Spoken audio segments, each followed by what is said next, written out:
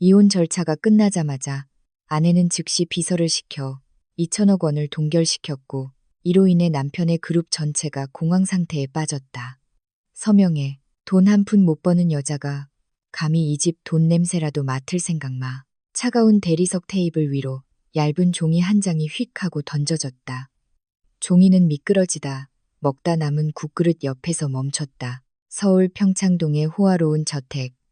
창밖으로 추적추적 내리는 비를 찢는 듯한 박 여사의 고함 소리가 들려왔다. 여러분, 피는 나지 않지만 사람을 무너뜨리는 고통이 있습니다. 마치 지금 하선우가 서 있는 모습처럼 말입니다.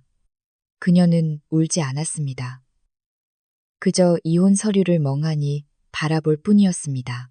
두 손은 아직 설거지용 세제 거품으로 가득했고 분홍색 고무장갑 끝에서 떨어진 물방울이 반질반질한 원목 바닥에 작은 웅덩이를 만들었습니다. 똑, 똑. 그 소리가 어찌나 가슴을 후벼 파는지. 오늘 밤 서울에는 바람이 불었습니다. 박 씨 일가는 막 저녁 식사를 마친 참이었습니다.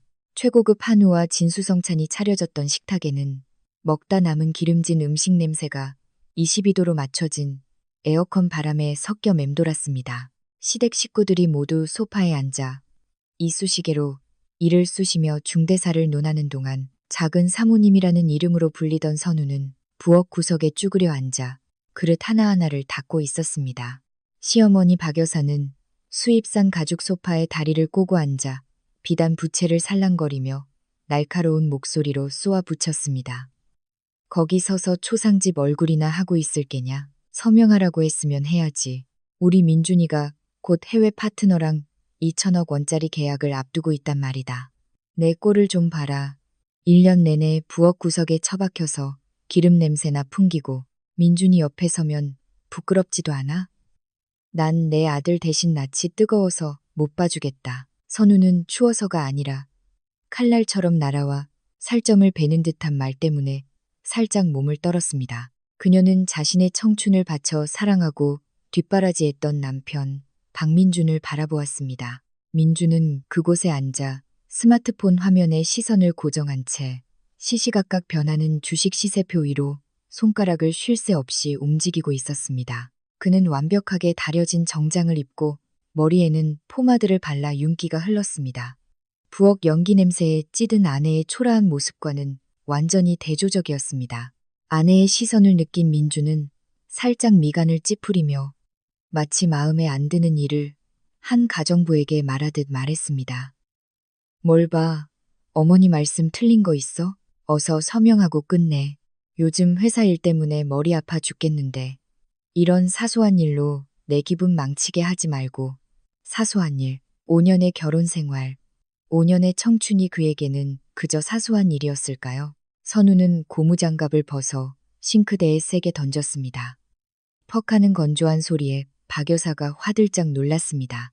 이 집에 시집 온 지 몇 년 만에 처음으로 그녀는 고개를 똑바로 들고 시어머니의 눈을 마주 보았습니다.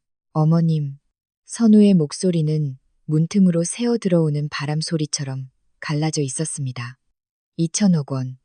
그 2천억 원이 어디서 나온다고 생각하세요? 어머님 아들 주머니에 하늘에서 뚝 떨어진 돈인 줄 아세요? 박 여사는 비웃었습니다. 그 웃음소리는 마치 유리가 깨지는 소리처럼 섬뜩했습니다. 또 생색내려고 네가 뭘 알아? 그 2천억 원은 우리 민준이가 잘나고 인맥이 넓고 우리 금성그룹이 대대로 쌓아온 신용 덕분이야. 너처럼 부엌 구석에 처박혀 사는 여자가 주식이라는 글자는 쓸 줄 아니? 그녀는 옆에서 손톱을 다듬고 있던 막내딸 박미나를 향해 고개를 돌렸습니다. 저것 봐라. 미나야. 며느리는 잘 골라야 해. 격도 안 맞고 머리는 텅 비어서 빌부터 살 줄만 알면서 말대꾸는 어찌나 잘하는지. 내 오빠가 일찍 정신 차려서 다행이지. 미나는 입술을 삐죽이며 손톱에 묻은 먼지를 불었습니다. 언니, 그냥 빨리 서명해요.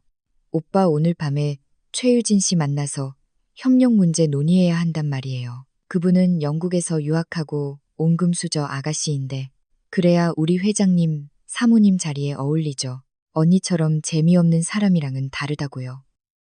최유진. 최근 박씨 집안에서 자주 등장하는 이름이었습니다. 전략적 파트너, 아름답고 집안 좋은 젊은 여성, 그리고 아마도 박민준에게 새로운 바람을 불어넣어줄 존재. 선우는 씁쓸하게 일그러진 미소를 지었습니다. 그랬구나. 이 이혼 강요극은 단지 그녀가 가난하고 촌스럽다는 이유뿐만 아니라 자리를 마련하기 위함이었던 것입니다. 그들은 금성그룹이라는 화려하지만 속빈 강정의 자금을 수혈하기 위한 정략 결혼이 필요했던 것입니다. 그녀는 테이블로 다가가 서류를 집어들었습니다. 시커먼 글자들이 눈앞에서 춤을 췄습니다. 협의 이혼, 사유는 성격 차이, 공동재산 없음, 부양 의무 없음. 그들은 그녀를 문지키는 쓸모가 다한 들개처럼 맨몸으로 깨끗하게 내쫓고 싶어 했습니다. 민준 씨, 선우는 남편의 이름을 마지막으로 불렀습니다.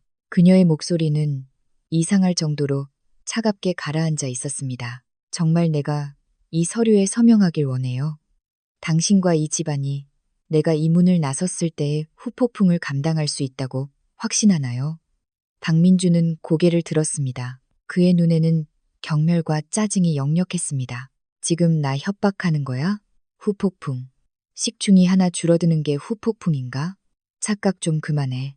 5년 동안 당신이 이 집을 위해 한 개 밥하고 청소한 것 말고 뭐가 있어? 돈은 내가 벌고, 집은 내가 샀고, 차도 내 거야. 당신은 그냥 기생충일 뿐이야, 선우 씨. 당장 서명해. 경비원 불러서 질질 끌어내기 전에. 그 말은 남아있던 마지막 얇은 정마저 끊어버리는 칼날 같았습니다. 이 남자의 모습으로 가득 찼던 선우의 심장은 산산조각나 절망과 증오의 깊은 구멍을 드러냈습니다. 공간은 침묵에 잠겼고 처마 밖으로 빗줄기 소리만 들려왔습니다.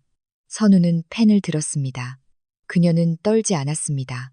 설거지물에 거칠어진 손이었지만 펜을 쥔 모습은 마치 게임의 판도를 쥐고 있는 사람처럼 무섭도록 단호했습니다. 그녀는 사각 소리를 내며 서명했습니다. 날카롭고 단호한 필체가 종이를 뚫을 듯 했습니다. 좋아요. 당신들이 원한 대로. 그녀는 펜을 테이블에 던졌습니다. 금속이 대리석에 부딪히는 날카로운 소리가 울렸습니다. 갈게요. 하지만 오늘 밤을 똑똑히 기억하세요. 당신들이 나에게 먹으라고 남겨둔 찬밥을 기억하고 내 얼굴에 끼얹은 냉수를 기억하세요. 선우는 박민준의 얼굴에 바싹 다가가 온 가족이 들을 수 있을 만큼 속삭였습니다. 왜냐하면 한 번 잃어버린 것은 2천억이든 2조 원을 갖다 바쳐도 다시는 살 수 없는 법이니까요. 박 여사가 벌떡 일어나 선우의 얼굴에 손가락질했습니다.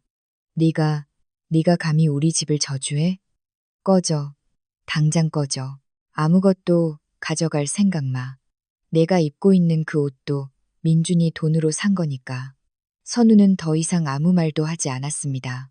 그녀는 뒤돌아 현관으로 향했습니다. 짐도 외투도 없이 얇은 잠옷과 달아빠진 슬리퍼 차림이었습니다. 육중한 원목문이 그녀의 등 뒤에서 닫혔고 눈물로 가득했던 과거도 함께 닫혔습니다. 비가 선우의 뺨을 때렸고 바람은 뼛속까지 파고들었습니다. 그녀는 고급 빌라 단지를 걸어 나왔습니다. 노란 가로등 불빛 아래 그녀의 작은 그림자가 휘청거렸습니다. 그런데 저기 어둠이 짙게 깔린 길모퉁이에 언제부터인가 검은색 세단 한 대가 서 있었습니다. 택시가 아니었습니다. 마치 명령을 기다리는 맹수처럼 위풍당당한 롤스로이스 팬텀이었습니다. 선우가 다가서자 차 문이 즉시 열렸습니다. 검은 정장에 흰 장갑을 낀 남자가 내려와 그녀의 머리 위로 커다란 검은 우산을 펼쳐 차가운 빗줄기를 막아주었습니다. 그는 허리를 깊이 숙이며 극도로 공손한 태도로 말했습니다. 회장님, 돌아오신 것을 환영합니다. 금성그룹 자산 재평가 서류는 준비되었습니다. 이제 사냥을 시작할까요? 하선우는 얼굴에 빗물을 닦아냈습니다. 조금 전에 순종적이고 온순했던 눈빛은 온데간데 없었고 길고 긴 겨울잠에서 깨어난 늑대무리의 우두머리처럼 날카로운 눈빛이 자리하고 있었습니다. 그녀는 입꼬리를 올렸습니다. 소름이 돋을 만큼 차가운 미소였습니다. 시작하죠. 오늘 밤 박씨 일가가 잠 못 들게 만들고 싶으니까. 어둠은 최고급 세단을 삼켰습니다. 저택의 문 너머에서는 여전히 의기양양한 웃음소리가 울려 퍼졌습니다. 자유를 축하하기 위해 레드 와인이 잔 가득 채워졌습니다. 그들은 자신들이 방금 온 가족의 사형 선고서에 서명했다는 사실을 꿈에도 몰랐습니다. 빌부터 살던 아내의 진짜 신분이 밝혀지면 무슨 일이 일어날까요? 그 2천억 원은 과연 구명줄일까요? 아니면 목을 조르는 올가미일까요? 육중한 원목 문이 닫히고 바깥의 비바람을 막자 안의 분위기는 축제처럼 들떴습니다. 박 여사는 마치 천근만근의 짐을 내려놓은 듯 후련한 한숨을 내쉬었습니다. 그녀는 부채를 붙이며 거실을 서성거렸습니다. 온 가족이 들을 수 있을 만큼 큰 소리로 중얼거렸습니다. 으이그, 드디어 그 재수 없는 것을 내쫓았네. 우리 집안이 3대에 걸쳐 덕을 쌓았으니 저걸 일찍 떼어냈지. 몇 년 더 뒀다가는 집안을 통째로 말아먹었을 거야. 그녀는 집 구석에서 눈치를 보던 가사도우미에게 손짓했습니다. 어이, 김씨. 가서 저것이 신던 신발, 입던 옷 전부 쓰레기통에 쳐넣어. 바닥도 향기나는 물로 다시 닦고 방향제도 좀 뿌리고 이따가 유진 아가씨 올 텐데 집안에 저것 냄새가 배어있으면 큰일 나지. 박민주는 어느새 넥타이를 풀고 소파에 몸을 기댄 채 붉은 와인을 한 모금 마셨습니다. 그의 얼굴은 더 이상 찌푸려져 있지 않았고 편안하게 풀려 있었습니다. 그는 스마트폰을 꺼내 익숙한 번호를 눌렀습니다. 몇 분 전 아내를 내쫓을 때의 냉정한 목소리와는 전혀 다른 꿀이 떨어지는 듯한 목소리였습니다. 자기야, 응, 끝났어. 내가 괜히 걱정하지 말라고 했잖아. 서명하고 갔어. 응, 맨몸으로. 그런 주제에 뭘 감히 요구하겠어. 오늘 밤에 올 거지. 어머니가 기다리셔. 응, 사랑해. 여러분, 사람의 마음은 때로 저 바깥의 비보다 더 차가울 때가 있습니다. 전화를 끄는 민주는 어머니를 향해 의기양양하게 웃었습니다. 어머니, 제가 처리 잘했죠? 유진이의 아버님이 이혼 절차만 마무리되고 제 혼인관계 증명서만 깨끗해지면 바로 2천억 원을 금성그룹 해안리조트 프로젝트에 투자하기로 하셨대요. 그때가 되면 우리 집은 돈방석에 앉는 거죠. 박 여사는 눈가 주름이 자글자글해질 정도로 활짝 웃었습니다. 그것 봐라, 내가 뭐랬니? 천마그룹 외동딸인 유진이 정도는 돼야 내 짝이지. 선우 그 애는 생각만 해도 화가 나네. 아참, 민준아.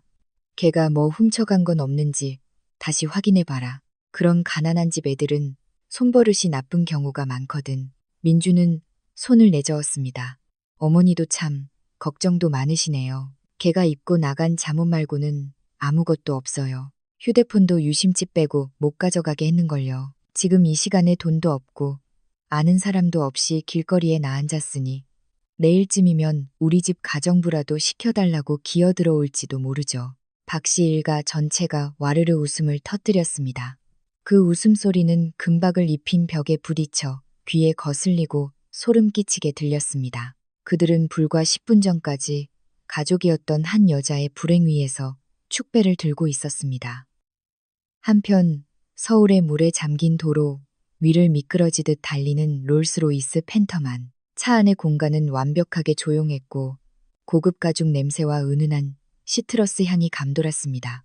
두꺼운 검은 유리창 밖의 차가움과 혼돈과는 완전히 다른 세상이었습니다. 하선우는 뒷좌석에 앉아 비서가 막 따라준 따뜻한 물잔을 들고 있었습니다.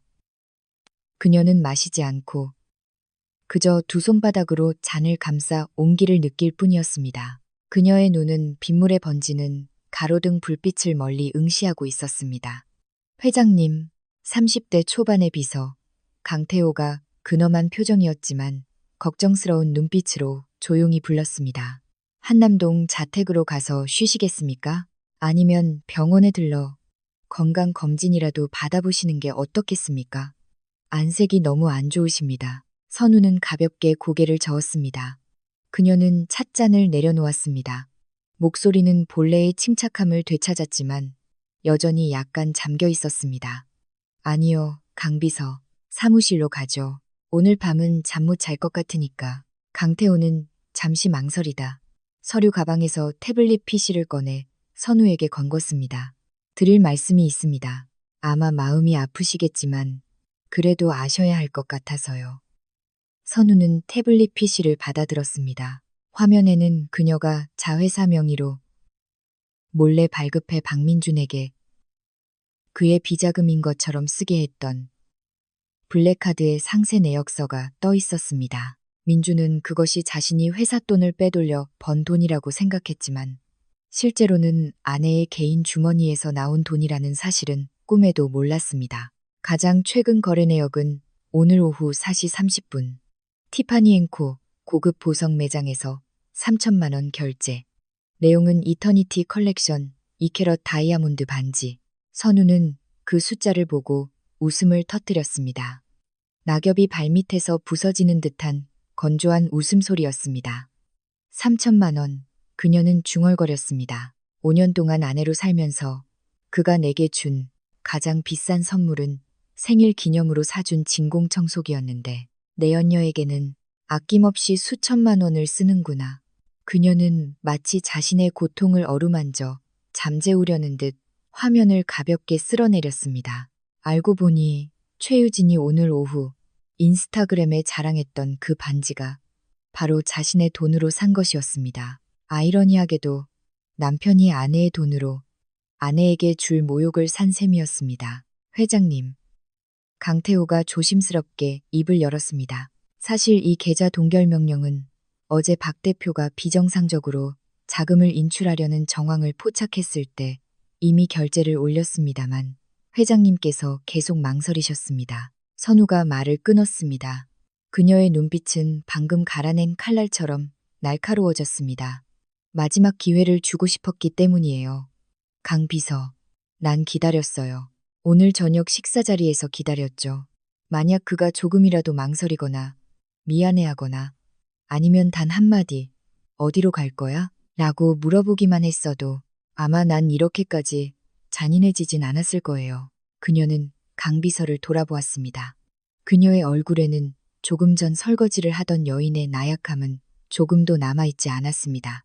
지금 그곳에는 금융계의 소문만 무성할 뿐 아무도 본 적 없는 해성캐피탈의 배우 철의 여인 하선우의 얼굴이 있었습니다. 하지만 그는 묻지 않았어요. 그저 내가 자기 집 물건이라도 챙겨갈까봐 걱정했죠. 선우는 태블릿 PC를 옆 좌석으로 던졌습니다. 5년의 정을 버리는 것처럼 단호한 행동이었습니다. 강 비서, 차선책을 실행해요. 내일 법원에서 모든 것이 최대한 빨리, 아주 빨리 진행되도록 하세요. 그들이 의심할 틈도 주지 말고요. 알겠습니다, 회장님. 그리고 금성그룹 쪽은 일단 기뻐하게 놔둬요. 선우는 입꼬리를 올렸습니다. 소름 끼치도록 차가운 미소였습니다. 배불리 먹이고 푹 재워야죠. 사냥감은 경계심을 잃었을 때가 가장 살찌는 법이니까.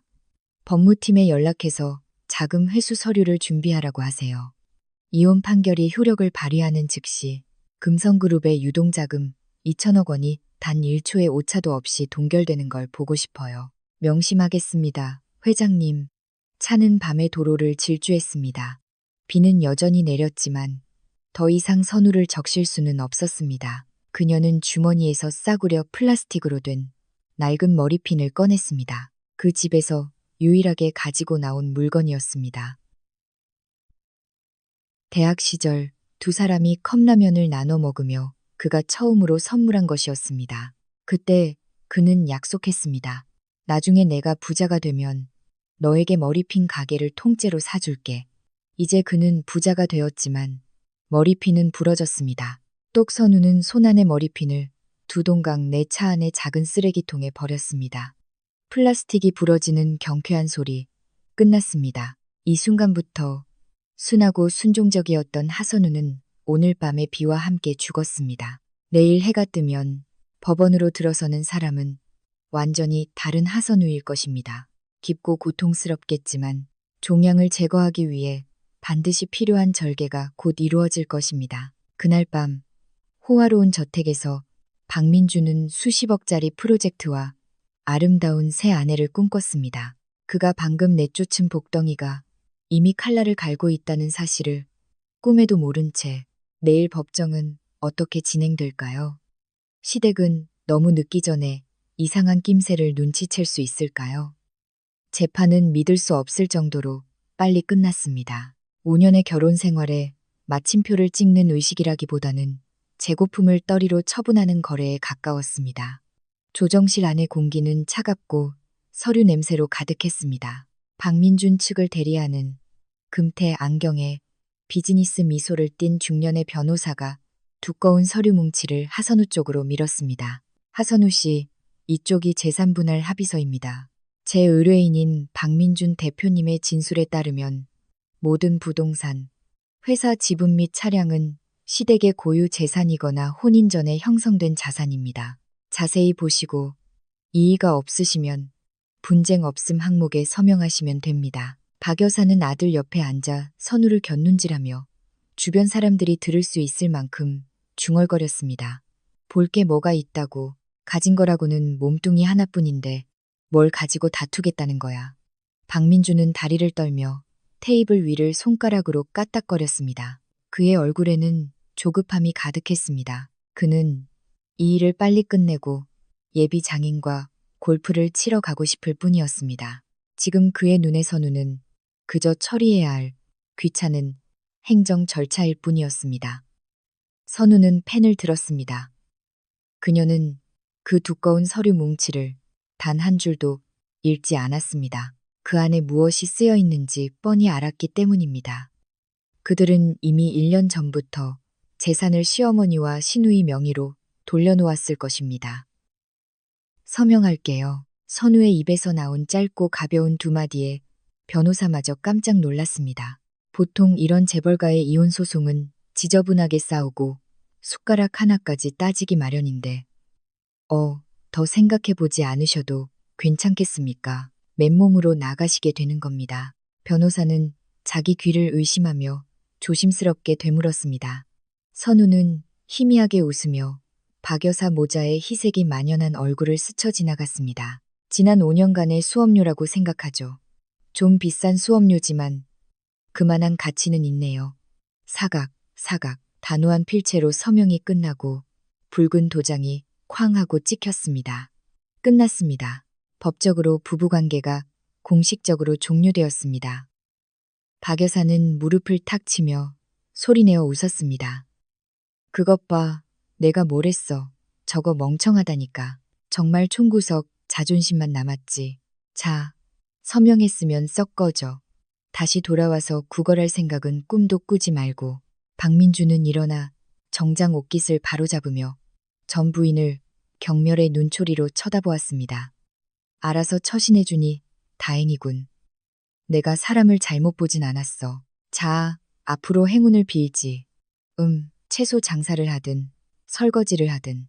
그들은 승리자의 자세로 법원을 나섰습니다. 오늘 서울의 햇살은 유난히 눈부셨고 방금 골칫덩어리를 덜어낸 그들의 환한 얼굴을 비추었습니다. 법원 로비에서 박민준이 막 기사를 불러 메르세데스 S450을 가져오라고 하려던 참이었습니다. 그때 낮고 위력적인 엔진음이 정문 쪽에서 울려 퍼지며 모든 사람의 시선을 사로잡았습니다. 거대한 검은 고래처럼 길고 번쩍이는 롤스로이스 팬텀 한 대가 미끄러지듯 로비로 들어와 선우의 바로 앞에 멈춰 섰습니다. 박민준 모자의 시야를 가로막으면서 차량 번호판은 9999. 소식에 밝은 사람이라면 이것이 평범한 부자의 차가 아니라 재계 거물 중의 거물이라는 것을 알 수 있었습니다. 박민주는 눈을 동그랗게 떴습니다. 누구 차인데 저렇게 거만하지? 귀빈이 업무 보러 왔나 보네. 차 문이 열리고 비서 강태호가 내렸습니다. 완벽하게 재단된 정장과 당당한 풍채는 금성그룹의 이사들보다 더 위험 있어 보였습니다. 그는 차를 돌아 초라한 옷차림에 이혼 결정 서류를 들고 있는 하선우 앞에서 완벽한 45도 각도로 허리를 숙였습니다. 회장님, 모시러 왔습니다. 오후 2시에 있을 전략 주주총회는 준비되었습니다. 주요 주주분들께서 회장님의 지시를 기다리고 계십니다. 공간이 얼어붙는 듯 했습니다. 거리의 경적 소리, 사람들의 수군거림, 모든 것이 앳고 오직 박민준의 가슴 속에서 쿵쾅거리는 심장 소리만 들리는 듯 했습니다. 그는 눈을 비볐습니다. 박 여사는 입을 떡 벌렸고 손에 들고 있던 부채가 툭 소리를 내며 바닥에 떨어졌습니다. 회장님, 박민준은 얼빠진 표정으로 더듬거렸습니다. 저 자식이 지금 누구를 부르는 거야? 선우를 회장님이라고 불렀다고?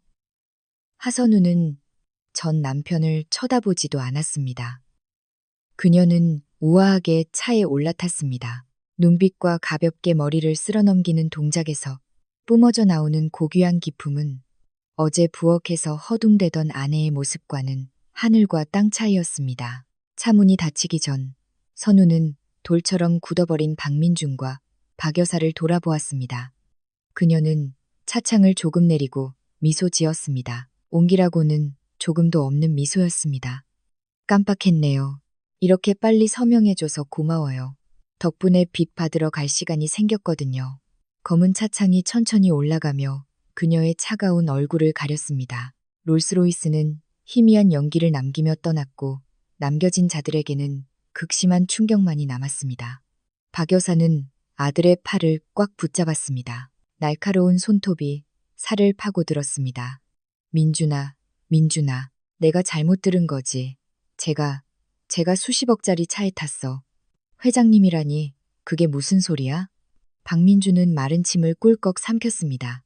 쨍쨍한 날씨에도 불구하고 이마에는 식은땀이 맺히기 시작했습니다. 잘못 들었을 거예요. 어머니, 아니면 어떤 늙은 회장이라도 꼬셨겠죠. 그래요, 분명히 그래. 저런 음란한 여자, 남편 버리자마자 다른 놈 차에 올라타다니. 어머니 보셨죠? 제가 저 여자 버리길 잘했다니까요. 그는 마치 자기 안에서 꿈틀거리는 모호한 공포를 잠재우려는 듯 목청을 높였습니다. 하지만 그의 눈 깊은 곳에서는 혼란이 뚜렷해지기 시작했습니다. 빚 회수라니, 무슨 빚. 그리고 저 권위적인 풍채는 어째서 지난 5년간 단 한 번도 보지 못했던 걸까? 그는 알지 못했습니다. 그 차가 쫓겨난 아내를 태운 것이 아니라 금성그룹을 향해 직진하는 시속 120km의 태풍을 싣고 있다는 사실을. 지옥의 문은 열렸지만 탐욕스러운 자들은 여전히 그것이 천국의 문이라고 믿고 있었습니다. 그들은 축하 파티를 준비하기 위해 돌아섰습니다. 그 파티에 사신이 초대되었다는 사실은 전혀 알지 못한 채 그날 밤 박 씨 일가의 저택은 밤하늘의 성처럼 환하게 빛났습니다. 크리스탈 샹들리에가 모든 불을 밝혔고 수억 원짜리 하이엔드 오디오에서는 클래식 음악이 흘러나왔습니다. 진한 샤넬 향수 냄새와 최고급 시가 향이 어젯밤의 차가운 기운을 덮어버렸습니다. 그들은 파티를 열었습니다. 액든 파티, 아니 정확히는 피를 갈아치우는 파티였습니다. 박 여사는 화려한 붉은 벨벳 드레스를 입고 목에는 알굵은 진주 목걸이를 걸친 채 사모님 모임의 친구들과 몇몇 가까운 사업 파트너들 사이를 누볐습니다. 그녀는 환하게 웃으며 최유진의 손을 잡고 다니며 소개했습니다. 최유진, 박민준의 내연녀.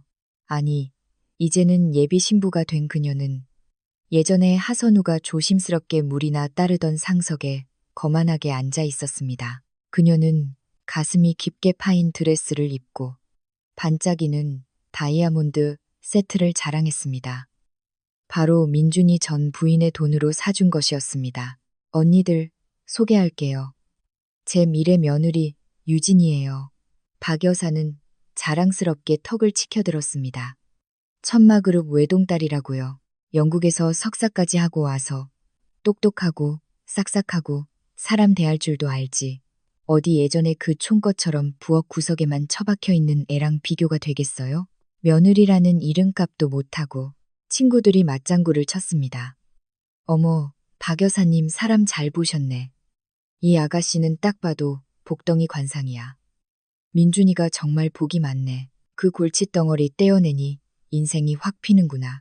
박민준은 옆에 앉아 술기운에 얼굴이 붉어진 채 최유진의 허리를 감싸고 희죽거렸습니다. 그는 마치 왕좌를 차지한 왕이 된 기분이었습니다. 아름다운 아내, 호화로운 집, 곧 들어올 막대한 투자금까지. 남자의 인생에서 이보다 더 완벽할 수 있을까요? 민준 오빠. 최유진이 애교 섞인 목소리로 그의 가슴에 손가락으로 원을 그렸습니다. 아빠가 다음 주에 프로젝트 계약금으로 500억 먼저 보내주신대요. 대신 오빠가 나 그룹 부회장 시켜준다고 약속해야 해요.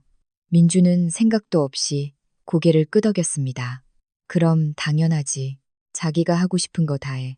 이 금성그룹은 내 거고 내 건 자기 거니까. 조만간 늙은 주주들도 다 내쫓고 우리 둘이 마음껏 휘젓고 다니자고. 쨍하고 잔 부딪히는 소리가 경쾌하게 울렸습니다. 샴페인이 잔 가장자리를 넘어 흘러내려 랍스터와 전복이 가득한 파티 테이블을 적셨습니다. 하지만 여러분, 사람이 계획해도 하늘이 돕지 않으면 안 된다고 하죠. 여기서는 사람이 계획해도 전 부인이 돕지 않으면 안 되는 상황이었습니다.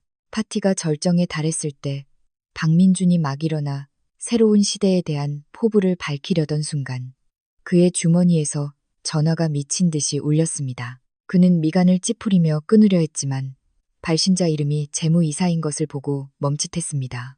이 시간에 웬 전화지? 주가 상한가 쳤다는 희소식인가 보네. 그는 사람들에게 윙크하며 말했습니다. 죄송합니다. 일이 너무 많아서요. 돈 들어오는 소리네요. 돈 들어오는 소리. 그리고는 자신의 바쁜 일상을 과시하려는 듯 스피커폰으로 전화를 받았습니다. 여보세요, 이미사. 무슨 일이야? 주식도 상한가 쳤어. 아니면 미국 파트너가 돈 보냈나? 전화기 저편에서 2초간 침묵이 흘렀습니다. 그리고 파티 분위기를 산산조각 내는 공포에 질려 갈라진 목소리가 들려왔습니다. 대표님, 큰일 났습니다. 정말 큰일 났어요. 박민준의 입가에 걸려있던 미소가 굳었습니다. 무슨 일이야? 무슨 헛소리를 하는 거야? 지금 파티 중인데 유럽으로 가는 수출 물량 300억 원어치 전자제품 컨테이너 20개가 방금 세관에 억류됐습니다. 뭐라고? 민주는 소리쳤습니다. 손에 들고 있던 와인잔이 흔들려 비싼 정장 바지를 적셨습니다. 왜 억류돼? 서류는 내가 다 처리했잖아. 그쪽에서 은행에 자금 보증 확인서가 누락됐다고 합니다. 그래서 은행에 전화해봤는데 재무이사의 목소리는 공포에 질려 떨렸습니다. 은행 측에서 금성그룹의 신용한도가 위험 검토를 위해 동결되었다고 합니다. 단기 대출금 지급을 즉시 거절했어요. 파티장은 순식간에 조용해졌습니다. 감미롭게 흐르던 음악이 갑자기 귀에 거슬리게 들렸습니다. 박 여사는 손에 들고 있던 랍스터 살점을 떨어뜨렸습니다. 박민준의 얼굴은 창백해졌고 이마에 식은땀이 맺히기 시작했습니다. 말도 안 돼. 미쳤어.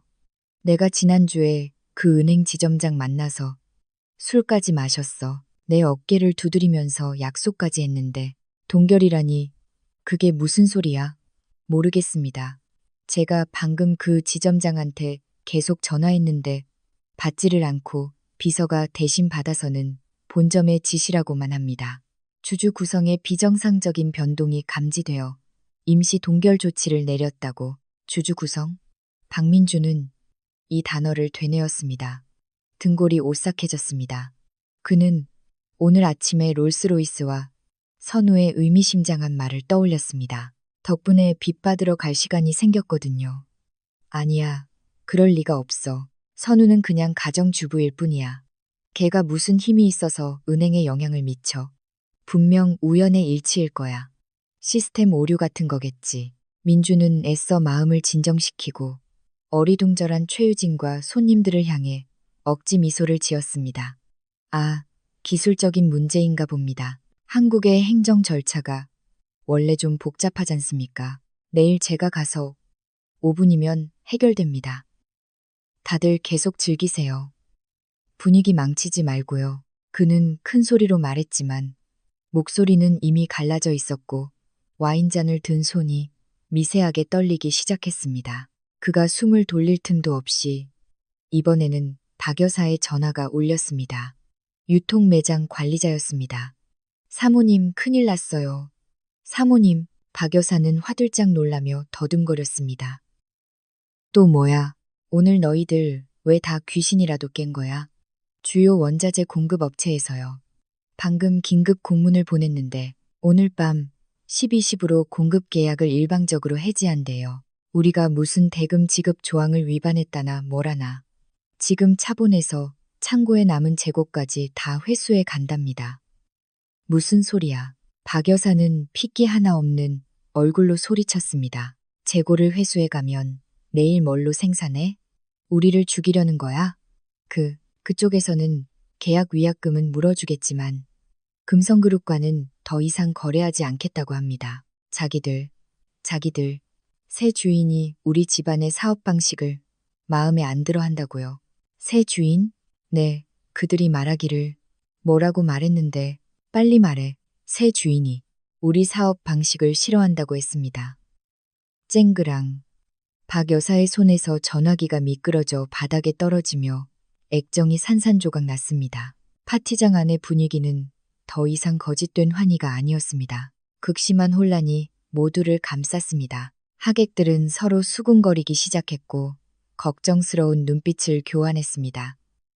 최유진은 미간을 찌푸리며 불편한 표정을 지었습니다. 그녀는 민준의 소매를 잡아당겼습니다. 민준 오빠, 도대체 무슨 일이에요? 왜 이혼하자마자 회사가 이렇게 난리가 나요? 상황 수습할 수 있는 거 맞아요? 우리 아빠는 문제 있는 곳에 투자하는 거 제일 싫어하시는데 박민주는 방 한가운데에 못 박힌 듯 서 있었습니다. 머릿속이 복잡하게 얽혔습니다. 은행의 자금 동결, 세관의 물품 억류, 공급업체의 계약 파기, 모든 일이 동시에 마치 잘 짜인 각본처럼 그가 방심한 틈을 다 덮쳐왔습니다. 이것은 우연이 아니었습니다. 이것은 경제적 암살이었습니다. 술기운과 공포감에 휩싸인 채 민주는 문득 맞은편 대형 거울에 비친 자신의 모습을 보았습니다. 그는 자신이 한없이 작고 벌거벗고 외롭게 느껴졌습니다. 그리고 귓가에는 하선우의 희미한 웃음소리가 맴도는 듯 했습니다. 가볍지만 칼날처럼 날카로운 그 웃음소리. 당신 도대체 누구야? 밖에서는 천둥이 울리기 시작했습니다. 진짜 폭풍이 금성그룹을 덮치고 있었습니다. 어젯밤의 비보다 훨씬 더 격렬한 폭풍이 미처 다 비우지 못한 축배는 쓴잔이 되었고 연쇄적인 붕괴는 이제 막 서막을 열었을 뿐이었습니다. 내일 주주총회가 열릴 것입니다. 박민주는 여전히 자신이 통제권을 쥐고 있다고 믿었지만 그는 한 여왕이 왕좌에 올라 심판을 내릴 준비를 하고 있다는 사실을 알지 못했습니다. 다음 날 아침 서울의 하늘은 마치 무너져 내릴 듯 무겁고 잿빛이었습니다. 금융타워 68층 금성그룹 이사회 회의실은 싸늘했습니다. 그 냉기는 에어컨 때문이 아니라 팽팽하게 긴장된 얼굴들에서 뿜어져 나왔습니다. 임시 주주총회. 이것은 박민준의 마지막 도박이었습니다. 밤새 쏟아지는 악재에 잠 못 이룬 그는 사람들의 마음을 진정시키고 무엇보다 최유진 집안의 우호 지분을 매각하는 안건을 통과시키기 위해 긴급 회의를 소집했습니다. 돈만 들어오면 어젯밤의 모든 문제는 해결될 것이라고 믿었습니다. 박민주는 주재석에 앉아 최대한 평온한 표정을 지으려 애썼습니다. 하지만 눈밑에 짙은 다크서클이 그의 극심한 불안감을 드러내고 있었습니다. 박 여사도 이사회 멤버 자격으로 참석했습니다. 그녀는 쥐 죽은 듯 조용히 앉아 넋 나간 사람처럼 눈을 계속 두리번거렸습니다. 주주 여러분. 민준이 일어나 헛기침을 하며 위험 있는 척했습니다. 어제의 사건들은 운영상의 작은 사고일 뿐입니다. 제가 회장직의 명예를 걸고 약속합니다. 오늘 오후 천마그룹의 전략적 투자 자금이 유입될 것입니다. 금성그룹은 괜찮을 겁니다. 우리는 여전히 최고입니다. 아래쪽에서 주주들이 수군거리기 시작했습니다. 의심의 눈초리와 못마땅한 고갯짓. 명예? 오늘 아침 주가가 개장하자마자 하한가를 쳤는데 무슨 명예란 말인가. 한 늙은 주주가 날카롭게 말했습니다. 은행이 자금을 동결했는데 뭘로 보장한다는 겁니까? 민준이 책상을 치며 소리쳤습니다. 제가 해결할 수 있다고 했습니다. 못 믿으시겠으면 주식 파십시오. 제가 다 사겠습니다. 이 그룹에서는 여전히 우리 박씨 집안이 최고의 결정권을 쥐고 있습니다. 분위기가 끊어질 듯 팽팽해진 바로 그 순간 회의실의 무거운 떡갈나무 문이 갑자기 벌컥 열렸습니다. 쾅! 모든 시선이 문 쪽으로 쏠렸습니다. 비서가 허둥지둥 뛰어들어왔습니다. 그녀의 얼굴은 핏기 하나 없었습니다. 대표님, 해성캐피탈 측 대표단이 도착했습니다. 회의에 참석하고 싶다고 하십니다. 박민주는 미간을 찌푸렸습니다. 해성캐피탈, 금성그룹의 가장 큰 채권자이자 지난 몇 년간 전환사채를 통해 자금을 대준 미스터리한 파트너였습니다. 그는 단 한 번도 그 펀드의 수장을 만난 적이 없었고 모든 업무는 이메일과 변호사를 통해 이루어졌습니다. 들여보내, 당장 들여보내. 민주는 넥타이를 고쳐매며 마치 지푸라기라도 잡은 듯 기뻐했습니다. 보셨습니까, 여러분? 큰 파트너가 우리를 지원하러 왔습니다. 분명 추가 자금을 대주러 온 것일 겁니다. 또각또각 하이힐 소리가 울려 퍼졌습니다. 단호하고 규칙적인 소리가 대리석 바닥을 두드리며 조용한 공간에 울렸습니다. 마치 카운트다운 시계 소리 같았고 발걸음 하나하나가 박민준의 심장을 택게 했습니다. 그리고 그 사람이 들어섰습니다. 회의실의 모든 공기가 빨려나가는 듯 했습니다. 박 여사는 눈을 동그랗게 떴고 입은 턱이 빠질 정도로 벌어졌습니다. 박민주는 그 자리에 얼어붙었고 책상을 짚은 두 손이 부들부들 떨렸습니다. 들어선 여인은 낯설지 않았지만 동시에 지독하게 낯설었습니다. 하선우였습니다. 하지만 구겨진 잠옷 차림에 부스스한 머리, 설거지물 냄새가 나던 그 하선우가 아니었습니다. 그들 앞에는 날렵한 몸매를 강조하는 정교하게 재단된 흰색 정장을 입은 권위 있는 여성이 서 있었습니다. 검은 머리는 높이 묶어 올려 세련되게 화장한 날카로운 얼굴선을 드러냈습니다. 목에는 얇은 다이아몬드 목걸이가 반짝였지만 가장 눈부신 것은 차갑고 거만하며 위험 넘치는 그녀의 눈빛이었습니다. 그녀의 옆에는 어제의 비서 강태호와 검은 정장을 입은 변호사들이 위풍당당하게 서 있었습니다. 너, 선우 너, 박 여사가 더듬거리며 날카롭게 소리쳤습니다. 네가 여기서 무슨 짓이야? 경비는 어디 갔어? 왜 쫓겨난 가정부를 들여보내서 소란을 피우게 하는 거야? 박민주는 충격에서 벗어나자 분노가 이성을 마비시켰습니다. 그는 자리에서 뛰쳐나와 전 부인의 얼굴에 손가락질했습니다. 미쳤어. 여기까지 와서 행패 부리려는 거야? 이혼했고 나눠줄 재산은 한 푼도 없다고 했잖아. 내 회사에서 당장 꺼져. 하선우는 눈도 깜빡하지 않았습니다.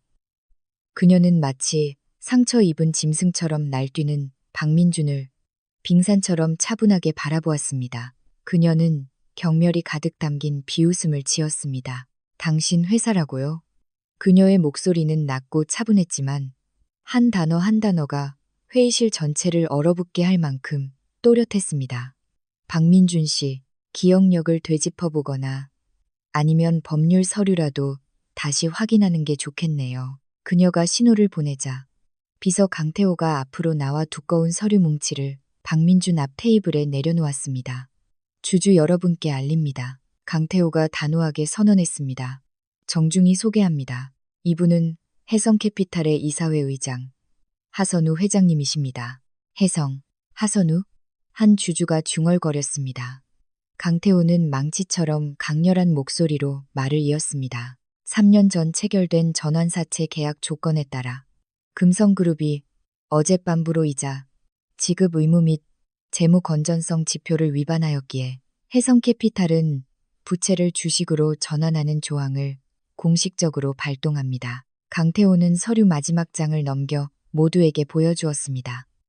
오늘 아침 8시부로 해성캐피탈은 금성그룹의 지분 51%를 공식적으로 보유하게 되었습니다. 이는 곧 하선우 회장님께서 현재 이사회 의장이시며 이곳의 최고 의사결정권자라는 의미입니다. 그리고 박민준 씨는 강태호는 잠시 말을 멈추고 넋이 나간 박민준의 눈을 똑바로 쳐다보았습니다. 이제 15%의 지분만 보유하게 되셨으며 회장직에서 즉시 해임되셨습니다. 아니야. 그럴 리가 없어. 박민준은 서류 뭉치를 구기며 소리쳤습니다. 거짓말이야. 전부 가짜야. 네가 날 속였어. 넌 그냥 가정주부잖아. 무슨 돈으로 투자 펀드를 만들어. 돈이 어디서 났냐고. 하선우는 그제야 천천히 박민준이 앉아있던 주재석으로 다가갔습니다. 그녀는 책상에 두 손을 짚고 전 남편에게 얼굴을 바싹 다가가 회의실 전체가 들을 수 있을 만큼 속삭였습니다. 돈이 어디서 났냐고요? 당신의 첫 창업 자금 3억 원. 기억해요?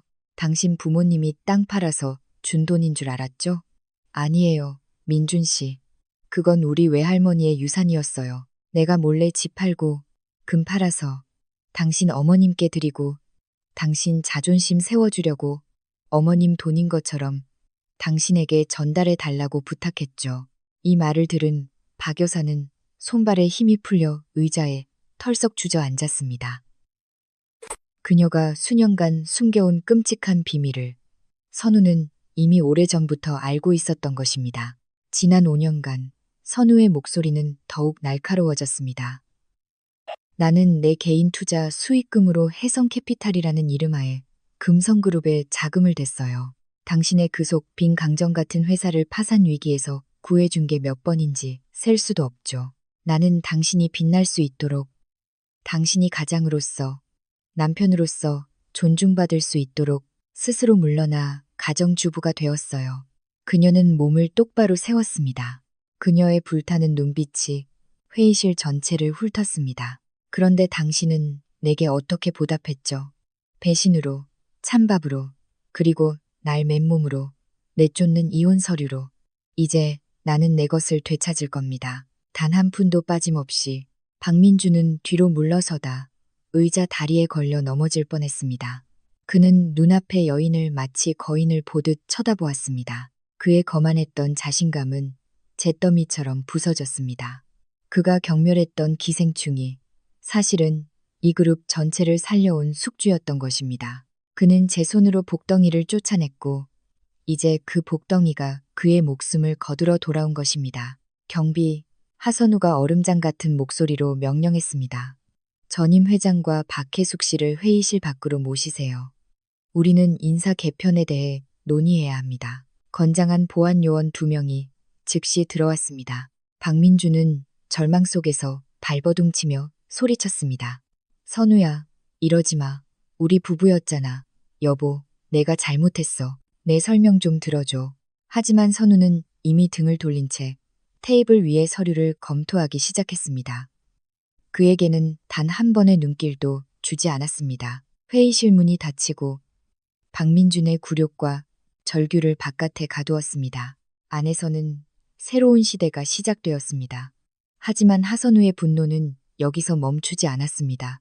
회장직을 차지한 것은 시작에 불과했습니다. 그녀는 전화를 들어 재무팀에 연결했습니다. 여보세요, 하선우입니다. 징계 명령 1호를 발동합니다. 모든 자산을 박민주는 자리를 잃었지만 여전히 개인 재산과 인맥에 희망을 걸고 있었습니다. 그는 방금 선우가 건 전화가 진정한 최후의 일격이라는 사실을 알지 못했습니다. 2천억 원의 동결은 어떤 재앙을 불러올까요? 그리고 막다른 길에 몰린 인간은 얼마나 비열해질 수 있을까요? 회의실 문이 닫히기 무섭게 박민주는 최후의 발악으로 2명의 보안 요원을 뿌리치고 다시 방 안으로 뛰어들어왔습니다. 그는 헝클어진 머리카락과 핏발선 눈으로 거친 숨을 몰아쉬었습니다.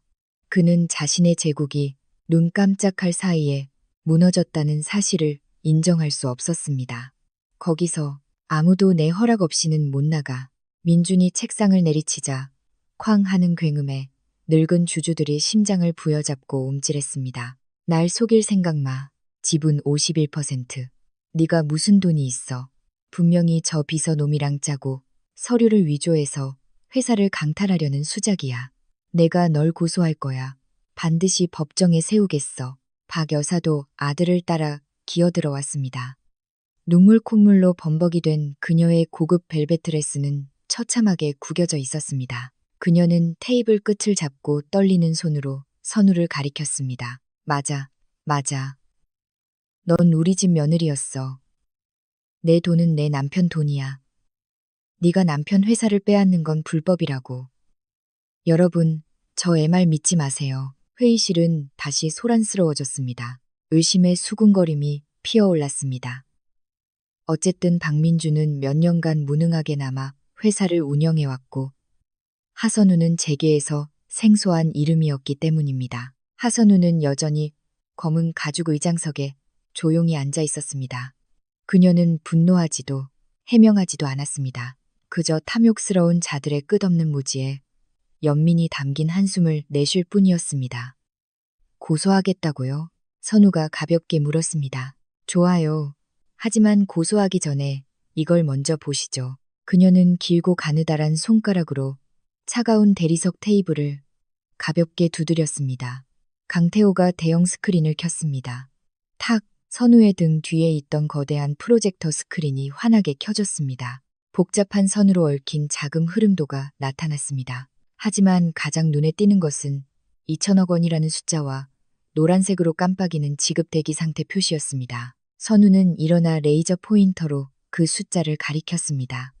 이것은 금성그룹이 협력은행들과 해성캐피탈의 예비기금에서 대출받은 전체 유동 자금입니다. 이 돈은 5천 명의 직원급여, 3개 공장의 원자재 대금, 그리고 리조트 체인 운영을 위해 사용될 돈이죠. 그녀는 박민준의 눈을 똑바로 쳐다보며 말했습니다. 박민준 씨, 이 돈이 왜 아직 대기 상태인지 아세요? 제 서명이 필요하기 때문입니다. 지난 5년간 금성그룹의 모든 거액 대출은 해성캐피탈에 있는 제 개인 자산으로 보증되었습니다. 은행이 당신 얼굴이 잘생겨서 돈을 빌려준 줄 아세요? 아니요. 그들은 저를 믿고 빌려준 겁니다. 박민주는 입을 떡 벌렸습니다. 그는 한 걸음 뒤로 물러섰습니다. 발밑에 땅이 꺼지는 듯한 기분이었습니다. 그리고 이제 선우는 정장 주머니에서 스마트폰을 꺼냈습니다. 화면에는 은행 신용 부문 본부장이라는 발신자 이름이 선명하게 나타났습니다. 회의실 전체가 숨을 죽였습니다. 에어컨 소리마저 들릴 정도로 정적이 흘렀습니다. 선우는 통화 버튼을 누르고 스피커폰으로 전환했습니다. 전화기 저편에서 정중하고 또렷한 목소리가 울려 퍼졌습니다. 하선우 회장님, 듣고 있습니다. 김 본부장님. 선우의 목소리는 사형 선고처럼 차갑고 단호했습니다. 보증 계약서의 리스크 조항 치료를 발동합니다. 저 하선우는 금성그룹에 대한 모든 자산 담보 제공을 공식적으로 철회합니다. 알겠습니다. 회장님. 그렇다면 지급 대기 중인 2천억 권신용 공여건은 어떻게 할까요? 선우는 부들부들 떨고 있는 박민준을 흘긋 쳐다본 뒤 가볍게 한마디를 던졌습니다. 즉시 동결하고 모든 연체 채권을 회수하세요. 담보자산 처분을 위해 창고를 봉인하고요. 알겠습니다. 회장님. 30초 내로 명령을 실행하겠습니다. 뚜. 전화 끊기는 소리가 건조하게 울렸고 그 후 폭풍이 몰아쳤습니다. 30초 후 진짜 지옥이 열렸습니다. 이사회 멤버 전원의 휴대폰이 일제히 울리기 시작했습니다. 혼돈의 교향곡이었습니다. 여보세요. 뭐라고요? 은행에서 내용 증명을 보내서 공장을 압류하겠다고요. 세상에 금성그룹 주식이 수직 낙하하고 있어요. 거래 정지됐다고요. 망했다. 파트너사들한테서 회사 부도 소식 들었다고 계약 파기 전화가 빗발치고 있습니다. 대형 스크린의 금성그룹 주가 그래프는 벼랑에서 떨어지는 돌멩이처럼 곤두박질 쳤습니다. 시뻘건 색이 전광판 전체를 뒤덮었고 단 몇 분 만에 수천억 원의 시가총액이 증발했습니다. 박민주는 방 한가운데에 얼어붙은 채 서 있었습니다. 손발이 차갑게 식었습니다. 그는 화면 속 2천억 원이 노란색에서 잿빛 취소 상태로 바뀌는 것을 보았습니다. 그는 모든 것을 잃었습니다. 운영 자금이 없으면 회사는 24시간 안에 식물인간 상태가 될 것입니다. 주가는 폭락했고 담보 자산은 은행에 압류될 것입니다. 그는 빈털터리가 되었을 뿐만 아니라 아직 선우가 들추지도 않은 개인적인 비리로 인한 막대한 빚까지 떠안게 되었습니다. 선우야, 네가 날 죽였어. 민준이 힘없이 속삭였습니다. 목소리는 사람의 것이라고 할 수 없을 만큼 갈라져 있었습니다. 하선우는 그에게 다가가 어제의 질문에 대한 답을 귓가에 속삭여 주었습니다. 내가 당신을 죽인 게 아니에요. 내가 빌려준 구명조끼를 되찾아온 것뿐이지. 당신은 그걸로 날 때렸지만. 자, 이제 혼자서 헤엄쳐봐요. 전 남편. 아이고, 세상에. 혼란스러운 분위기를 찢는 날카로운 비명이 울려 퍼졌습니다. 박 여사는 자신이 살고 있는 저택이 곧 압류될 것이라는 은행 전화를 엿듣고는 더 이상 충격을 견디지 못했습니다. 그녀는 눈을 뒤집고 왼쪽 가슴을 부여잡더니 몇 마디 웅얼거리다 바닥으로 쿵 하고 쓰러졌습니다. 어머니. 박민주는 공황 상태에 빠져 어머니에게 달려갔습니다. 구급차. 누가 구급차 좀 불러줘요. 그는 눈물을 쏟으며 소리쳤습니다. 지금 그의 모습은 처참하기 그지 없었습니다. 위험 있는 회장이 아니라 거대한 폭풍 앞에서 두려워하는 나약한 아이일 뿐이었습니다. 하선우는 이 혼돈을 이상할 정도로 평온한 눈으로 지켜보았습니다. 기쁘지도 슬프지도 않았습니다. 그저 마음이 가벼워졌습니다. 지난 5년간 짓눌러온 보이지 않는 짐을 마침내 내려놓은 기분이었습니다. 그녀는 강비서를 돌아보며 말했습니다. 119를 불러주세요. 그래도 한때는 가족이었으니까요. 그리고 여러분, 그녀는 아수라장이 된 주주들을 향해 돌아섰습니다. 회의는 여기서 마칩니다. 손실을 만회하기 위해 주식을 매각하고 싶은 분은 제 비서에게 연락하세요. 제가 시가로 매입해 드리겠습니다. 말을 마친 하선우는 뒤돌아섰습니다. 하이힐 소리가 다시 울려 퍼졌습니다. 당당하고 단호하게 폐허와 울부짖음을 뒤로 한 채 그녀는 회의실을 나와 길고 긴 복도를 걸었습니다. 창밖으로 햇살이 스며들어 작지만 강인한 그녀의 실루엣을 비추었습니다. 복수는 끝났고 경제적 심판은 내려졌습니다. 하지만 진짜 드라마는 아직 끝나지 않았습니다. 인간은 모든 것을 잃고 막다른 길에 몰렸을 때 내면에 잠재된 가장 추악하고 비열한 본성을 드러내기 때문입니다.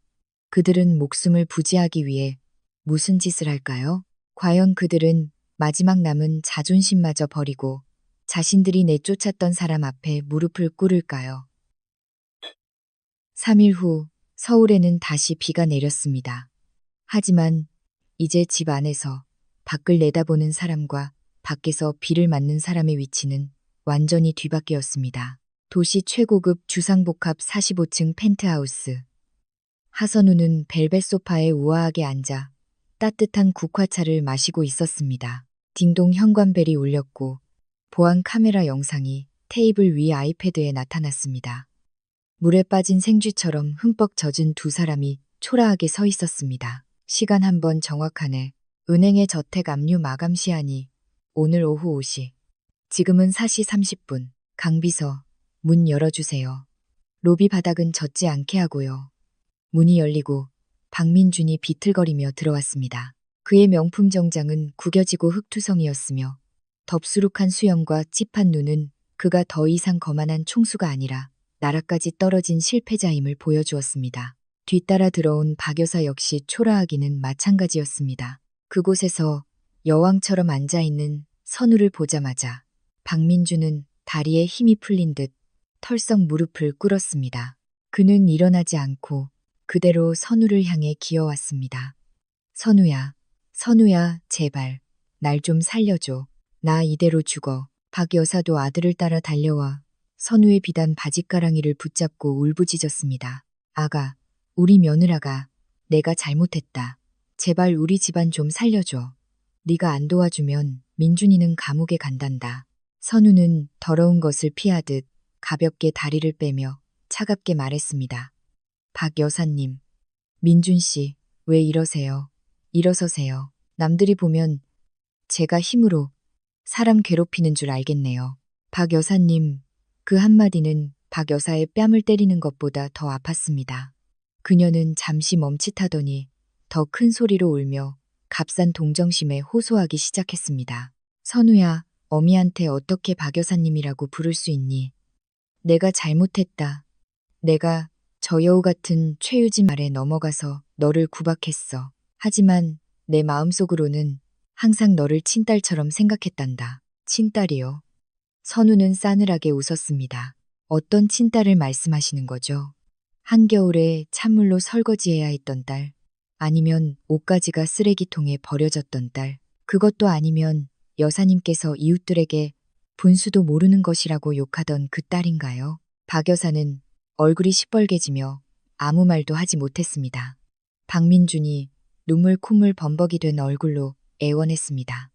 선우야, 내가 쓰레기였어. 하지만 우리 5년이나 부부였잖아. 우리 함께 컵라면 먹던 시절 기억 안 나? 제발 2천억 원 동결만 풀어줘. 내가 평생 내 노예가 될게. 최유진 그년 당장 내쫓고 너를 다시 이 집의 진짜 안주인으로 모실게. 최유진 씨요. 선우가 비웃으며 말했습니다. 당신이 쫓아낼 필요도 없어요.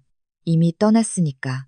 그녀는 테이블 위로 사진 몇 장을 던졌습니다. 사진 속에는 최유진이 공항에서 다른 늙은 남자와 팔짱을 끼고 체크인하는 모습이 담겨 있었습니다. 오늘 아침 당신이 몰래 넘겨준 주식을 전부 팔아치우고 도망쳤어요. 당신을 사기죄로 고소장까지 접수하고 말이죠. 몰랐어요. 이 소식에 박민주는 넋이 나간 채 뒤로 넘어졌습니다. 보세요. 선우는 통유리 창가로 다가가 도시의 야경을 내려다보며 말했습니다.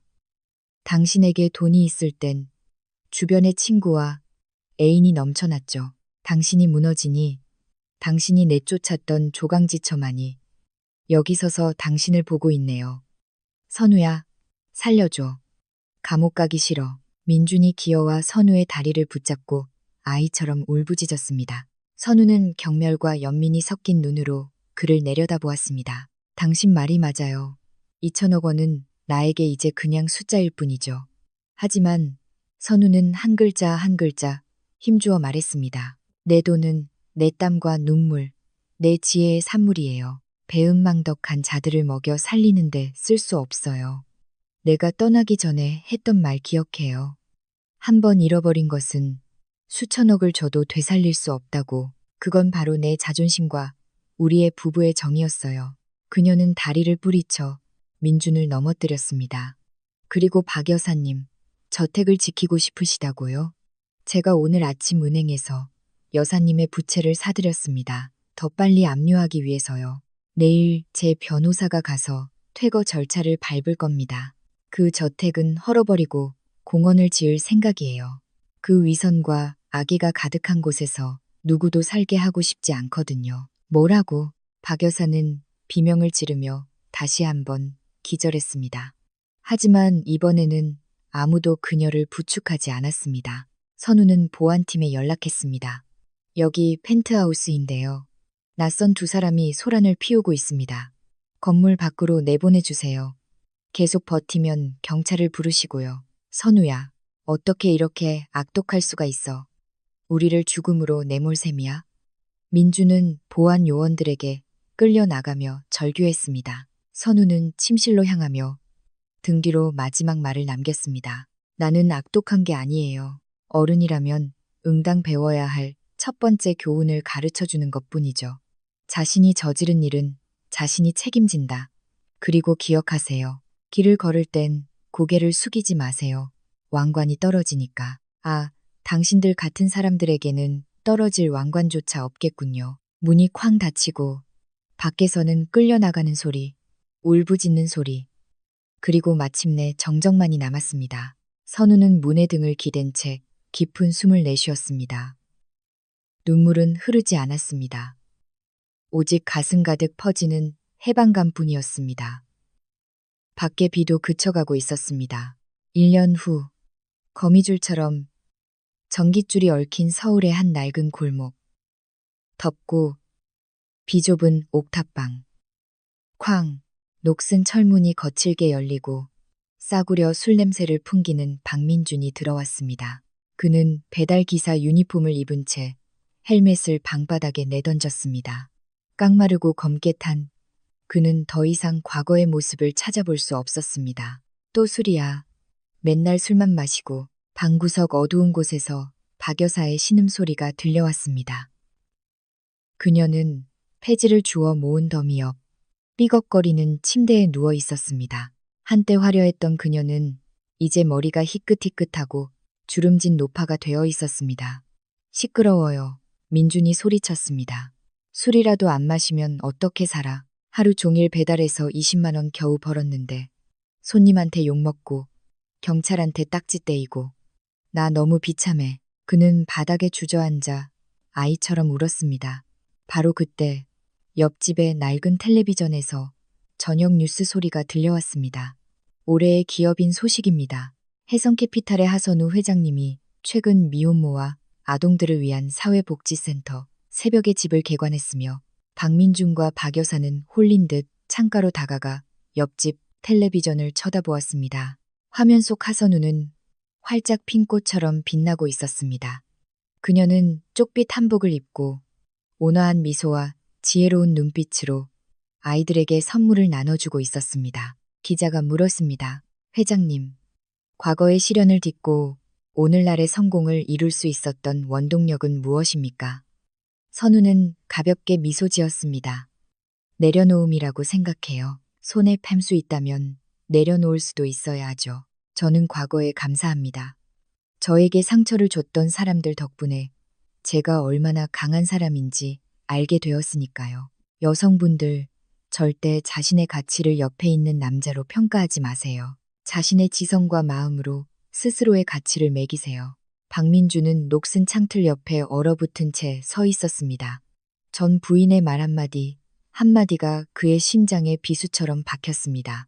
그녀는 그를 증오하지 않았습니다. 이미 잊어버린 것입니다. 그에게는 그것이 가장 잔인한 형벌이었습니다.